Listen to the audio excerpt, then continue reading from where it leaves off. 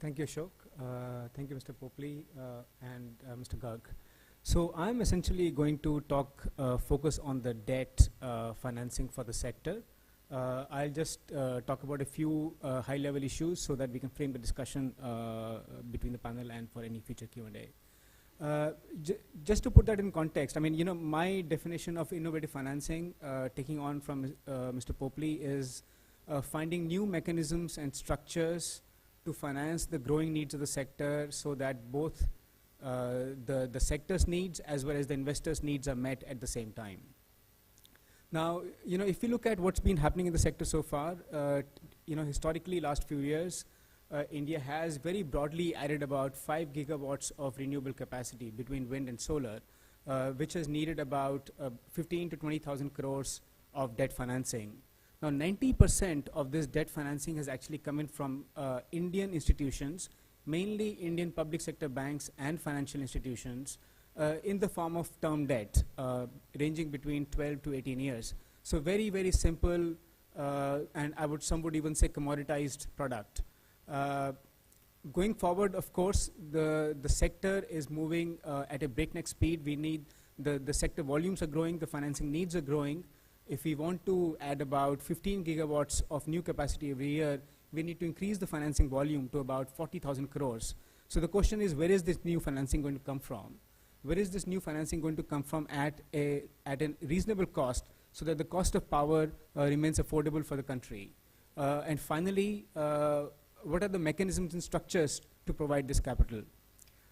So if we move away from the domestic public sector banks and institutions, there have been a few structures which have already been tried in the past. We've seen credit-enhanced bonds issued by developers like Hero and Renew. We have seen some green bonds issued by Yes Bank and some other IREDA and some other financial institutions. But we haven't really seen a genuine capital market offering. The reason for that is in India, the biggest investors in capital market offerings, that is the insurance companies, the provident funds, the pension funds, they actually have very strict investment guidelines from the Indian regulators. So we don't really see the floodgates really opening for the capital markets, which is what I think is really the need of the hour, because if you see on the capital provider side, I think the biggest source of capital provider is actually the Indian public, and their range of financial products is very, very limited.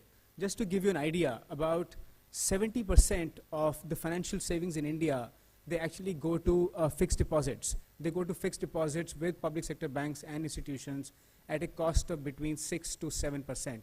That is all that the Indian public has in terms of financial saving opportunities. Another 20% goes to various insurance products. So there is definitely a need to offer new savings and investment products to the Indian public. Why cannot we structure products offering, say, 9 to 10% of cost of capital as savings rate to the retail investor who has got a huge investment appetite? By that, we are bridging the gap between the investors as well as the industry which needs this capital. So I think that is one way that we need to find a way to bridge and create new capital market instruments. The other ways, of course, Mr. Popley talked about the credit first loss piece, securitization, and different tranching of various instruments. Now, the thing is that the Indian institutions as well as the regulators are typically more conservative, and hence, in my view, they don't lend themselves to very innovative or radically different solutions, like for example in the US. So we do need to find solutions which are tailor-made for the Indian market. The best solution for us, I would say, is tapping into the retail savings to meet the growing needs of the sector. Also enabling the same institutions to provide more capital. I'll give you an example. We see, as I said, Indian public sector banks and institutions. We see Yes Bank. We see the likes of L&T Infra participating and funding these projects. But we don't really see ICICI Bank, Kotak Mahindra Bank, HDFC Bank, or any of these private sector banks funding the projects. Why is that? Why are we not able to meet their risk return criteria to be able to tap the domestic source of savings and domestic source of capital?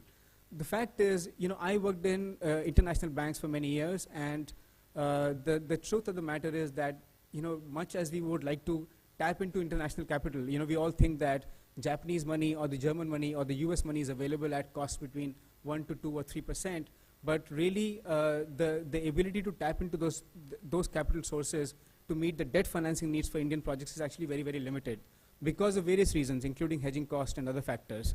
So we do need to look at the Indian sources of capital, be it the Indian public, be it the existing Indian financial institutions, or be it the new financial institutions, be it the green banks or any such new institutions. Okay, so that's all I wanted to say. Thank you.